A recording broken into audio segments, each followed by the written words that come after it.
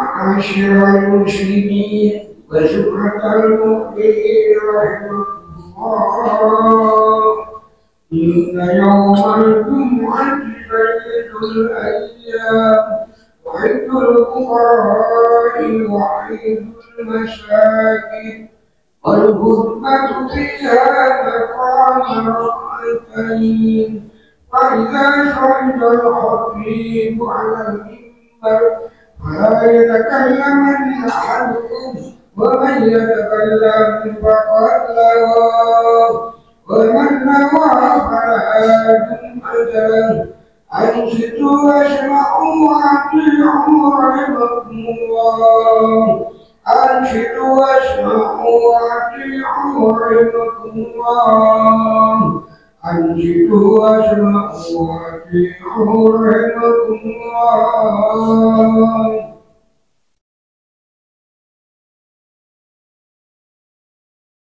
اللهم صل على سيدنا محمد. اللهم صل على سيدنا محمد. اللهم صل على سيدنا محمد وعلى آل سيدنا محمد أجمعين.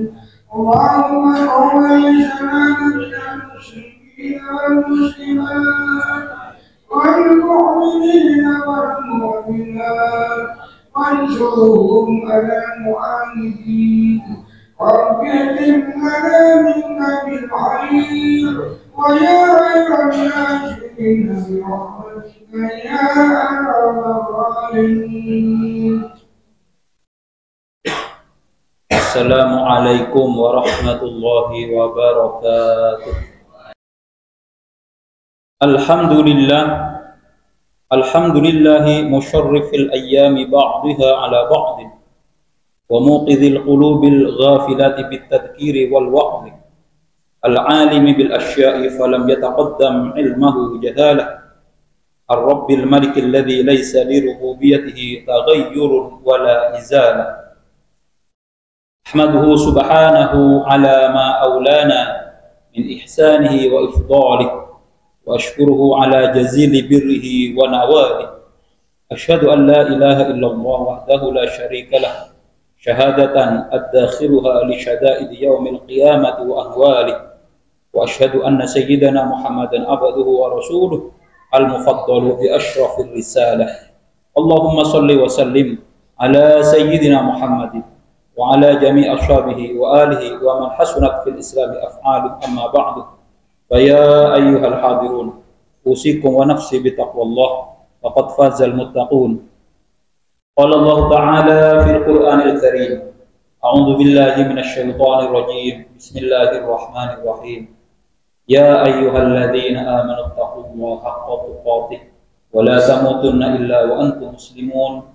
Wa qala aidan wa ma umiru illa liya'budullaha mukhlishina lahu din. Shadaqallahul azim. Hadirin jamaah salat Jumat rahimakumullah.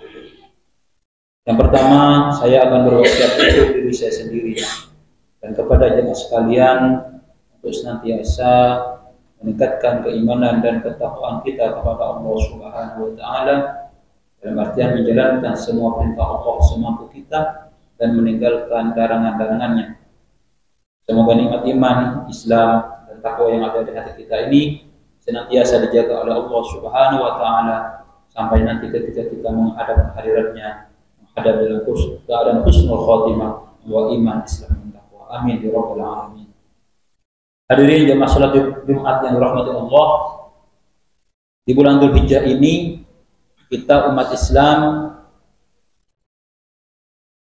menjalani ibadah yang pertama bagi yang mampu melaksanakan ibadah haji Makkah al-Mukarramah dan kemudian melakukan ziarah ke makam Madinah, di makam Rasulullah di Madinatul Munawwarah. Sementara kita yang berada di daerah di negara masing-masing yang tidak melaksanakan ibadah haji, maka yang mampu melaksanakan ibadah kurban. Dua ibadah ini adalah ibadah untuk mengenang dari perjuangan Nabiullah Ibrahim alaihissalam, Nabi yang umurnya ratusan tahun, mungkin ribuan tahun, dan oleh Allah jasa-jasanya, napak tilasnya terus dikenang. Ini semua karena keikhlasan beliau dalam menjalankan semua perintah-perintah Allah tersebut.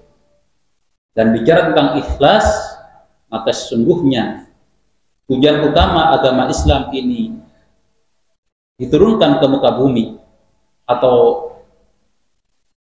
sebelumnya agama Hanif, agama yang lurus, diturunkan ke muka bumi ini agar manusia beribadah kepada Allah Subhanahu wa taala penuh dengan keikhlasan.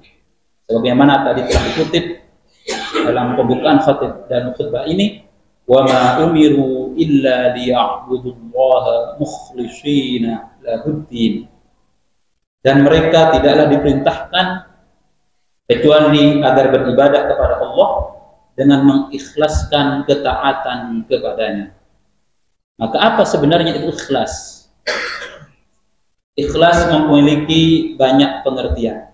Yang pertama, penyucian niat dari seluruh noda dalam mendekatkan diri kepada Allah Ta'ala. Apa noda itu? Noda itu adalah beribadah, berniat beribadah bukan atau juga kepada selain Allah Subhanahu wa taala. Ikhlas juga adalah pengeksaan Allah Ta'ala dalam niat dan ketaatan. Ikhlas juga diartikan perhatian makhluk dan selalu mencari lillahi ta'ala. Dan ikhlas juga diartikan berniat mendekatkan diri kepada Allah dalam ibadahnya. Dari banyak definisi itu, singkatnya ikhlas itu adalah seseorang beribadah dengan niat mendekatkan diri kepada Allah, mengharapkan pahalanya, takut terhadap sisanya, dan ingin mencari ridhonya. Ibnu Al-Misri rahimahullah ta'ala berkata, ada 3 tanda keikhlasan. Yang pertama, seimbangnya pujian dan celaan orang-orang terhadapnya. Artinya seseorang sudah tidak memperdulikan apakah itu celaan, apakah itu pujian, yang penting dia hanya beribadah kepada Allah Subhanahu wa taala. Yang kedua, lupa melihat amal dalam beramal. Dia tidak melihat amalnya, tapi dia hanya melihat Allah Subhanahu wa taala tempatnya beramal. Dan yang ketiga, dia hanya mengharapkan pahala amalnya di akhirat. Hadirin jemaah salat Jumat yang dirahmati Allah, ikhlas itu asas keberhasilan dan keberuntungan di dunia dan di akhirat. Ikhlas itu bagi amal bagaikan pondasi dari sebuah bangunan dan ibarat sebuah ruh bagi jasad kita. Maka ketika bangunan tidak ada pondasinya atau jasad tidak ada ruhnya, maka semuanya itu kemudian menjadi rapuh.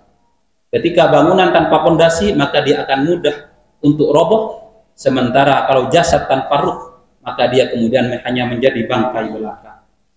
Oleh karena itu, hadirin jemaah salat Jumat yang dirahmati Allah, amal soleh yang kemudian kosong sama sekali dari keikhlasan akan menjadikannya mati, tidak bernilai apa-apa dan tidak membuahkan apa-apa.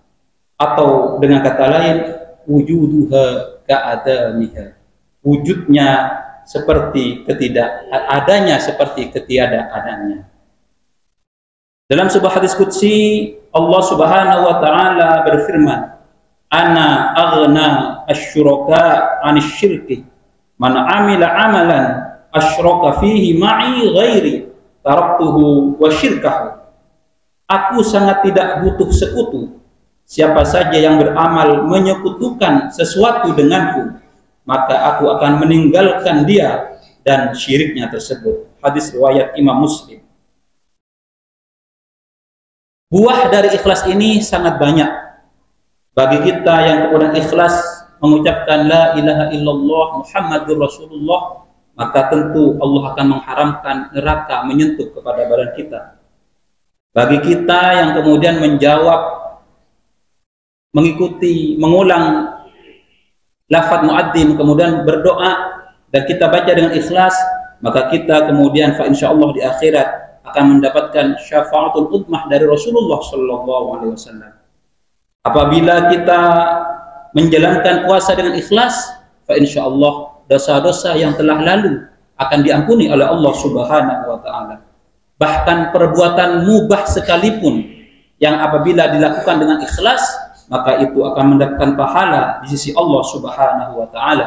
Sebagaimana hadis Rasulullah sallallahu alaihi wasallam, "Innaka lan tunfiqa nafaqatan tabtaghi biha wajhullahi illa ujirta 'alaiha hatta ma taj'alu fi imra'atika." Sesungguhnya kamu tidaklah menafkahkan satu nafkah pun karena mengharapkan keridhaan Allah, kecuali kamu akan diberikan pahala terhadapnya sampai dalam suapan yang kamu masukkan ke dalam mulut istrimu. Hadis riwayat Imam Bukhari dan Muslim.